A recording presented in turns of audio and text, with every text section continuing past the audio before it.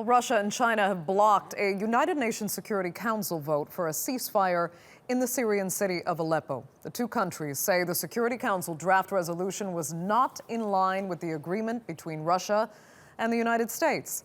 The Security Council was meeting to discuss the humanitarian situation in Syria. As we know, these kinds of pauses have been used by fighters to reinforce their ammo and strengthen their positions. And this will only worsen the suffering of civilians. The Russian Federation cannot support this draft resolution. Russia says that they were on the cusp of reaching a deal with the United States to allow for some resolution of the situation in eastern Aleppo, and that this resolution undermines the negotiation.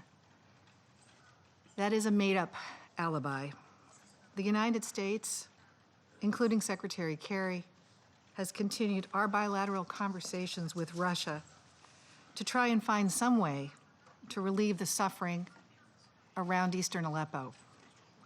However, we have not reached a breakthrough because Russia has been more focused on preserving its military gains than helping Aleppo's civilians.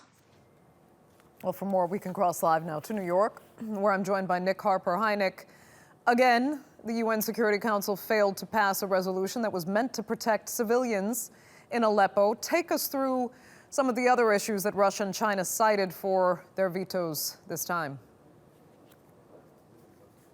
That's right, a very acrimonious session this in the United Nations Security Council. It really exposed the differences of opinion, but also the infighting that has really marked this whole 5-year Syrian conflict coming to a head during this afternoon's session. This being the 6th time that the Russians have vetoed a resolution about Syria, the 5th time that the Chinese have done so. The Russian ambassador, Vitaly Churkin, as we heard there just a moment ago, said that the rebels would have a chance to regroup if there was this 7-day ceasefire that the resolution was calling for. He also said that he wanted to postpone the vote, to have it in a few days' time after the US and Russia had had a chance to meet in Geneva. They will probably meet on Wednesday morning to discuss how to withdraw rebels from eastern parts of Aleppo.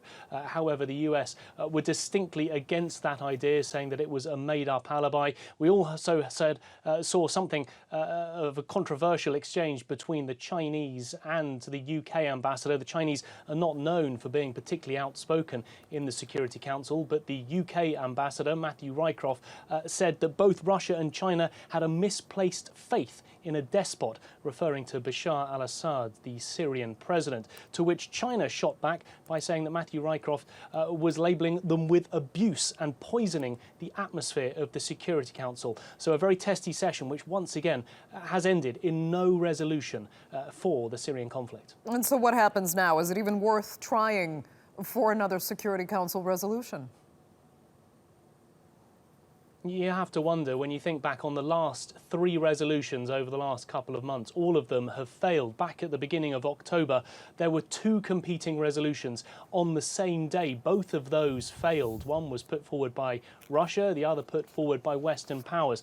This one was meant to be something of a common ground type resolution, one that both sides had at least in some part agreed on, but they weren't able to get this one voted through. The Russians say that they have another resolution that they would like to put before the Council. The Western powers are undoubtedly want to try and do the same thing. Separate to this, the Canadians, representing more than 70 countries, say that they want to bring a resolution to the UN General Assembly. Now, the General Assembly doesn't hold quite as much power as the Security Council. It would be more just an opportunity for all of those countries to note their displeasure that the Security Council is unable to move forward on Syria.